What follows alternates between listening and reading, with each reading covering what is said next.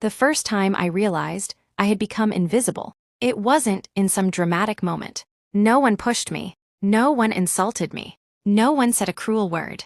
They just didn't see me. It happened on a Tuesday morning in a grocery store I had shopped in for nearly 30 years. I stood in line, holding a basket of bread and apples, smiling politely at the young cashier.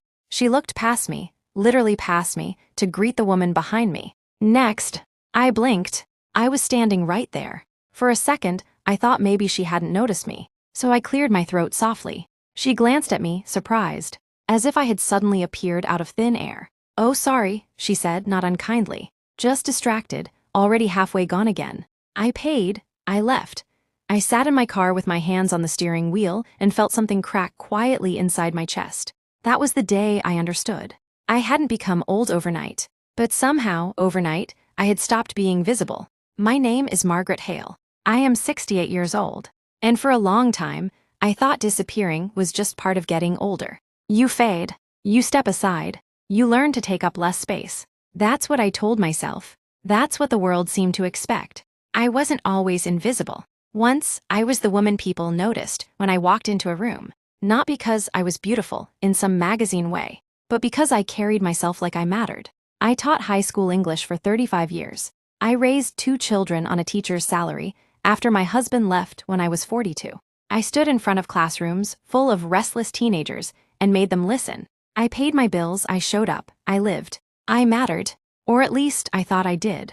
Then I turned 60, and slowly, quietly, the world began to look through me instead of at me. At first, it was small things. Doctors talking to my daughter instead of to me. Salesmen calling me dear and sweetheart. Waiters handing the check to whoever sat next to me, even if I was the one paying. Then it grew. Job applications that went unanswered. Invitations that stopped coming. People interrupting me mid-sentence, as if my words had suddenly lost weight. I told myself I was imagining it, that I was being sensitive, that aging gracefully meant accepting this new quiet role. But inside, something was shrinking. I live alone now in a small white house in Ohio, the same house my children grew up in. My daughter, Claire, lives 3 states away with her own family. My son, Daniel, calls once a week if I'm lucky. Most days, it's just me and the sound of the clock ticking in the kitchen. And sometimes, I swear the clock is the only thing in this house that still notices I exist. That's why I started telling my story out loud. At first, just to the walls. Then to a little recorder I bought online. And now to you. Because if the world insists on looking past women like me, then I will speak louder. Not for attention, but for truth. The day I officially retired, my coworkers threw me a small party in the teacher's lounge. There was a cake with too much frosting, and a card everyone signed in blue ink. They hugged me, they thanked me. They said things like, "You deserve to rest now." Rest, as if my life was ending, not changing. As if I had nothing left to offer but silence. I smiled, I thanked them. I went home and put my teaching certificates in a box in the closet. That night, I sat at my kitchen table and stared at my hands. These hands had graded thousands of papers, held crying children, built science fair projects at midnight, signed permission slips and hospital forms and divorce papers. And suddenly, they had nowhere to go. No bell to answer. No students to guide. No reason to be needed. That's when invisibility really began. Not in the grocery store. Not in the doctor's office, but right there at my own table. When I stopped being necessary. People talk about loneliness like it's just being alone. It isn't. Loneliness is being surrounded by people who no longer see you.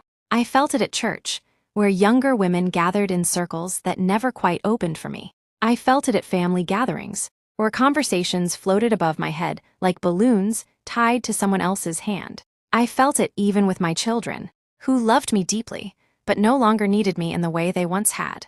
And so I learned how to shrink. I spoke less. I laughed quieter. I stopped wearing bright colors. I told myself I was being appropriate, but what I was really doing was disappearing. One evening, about 2 years after I retired, I stood in front of my bathroom mirror and barely recognized the woman looking back at me. Her hair was gray now, her face softer, her eyes tired in a way sleep could not fix. I leaned closer and whispered, "Where did you go?" And for the first time in years, I cried. Not loud, not dramatic, just the quiet kind of crying that happens when you realize you've been leaving yourself behind one small choice at a time. That night, something inside me shifted. I didn't know yet that it would become a turning point. I only knew I was tired, tired of fading, tired of shrinking, tired of pretending I was okay with being invisible. So I did something small. The next morning, I put on a red sweater I hadn't worn in years because it felt too bold. I walked to the coffee shop down the street and ordered my drink with my shoulders back and my voice clear. And when the barista looked at me, I didn't look away. It felt strange, almost rebellious, like I was breaking a rule no one had written down, but everyone seemed to follow. Older women should blend into the background. That day, I decided I would no longer do that. I didn't become confident overnight. Reclaiming yourself after disappearing is not like flipping a switch. It's more like turning on a light in a room that hasn't been used in years. Dust everywhere, corners you forgot existed.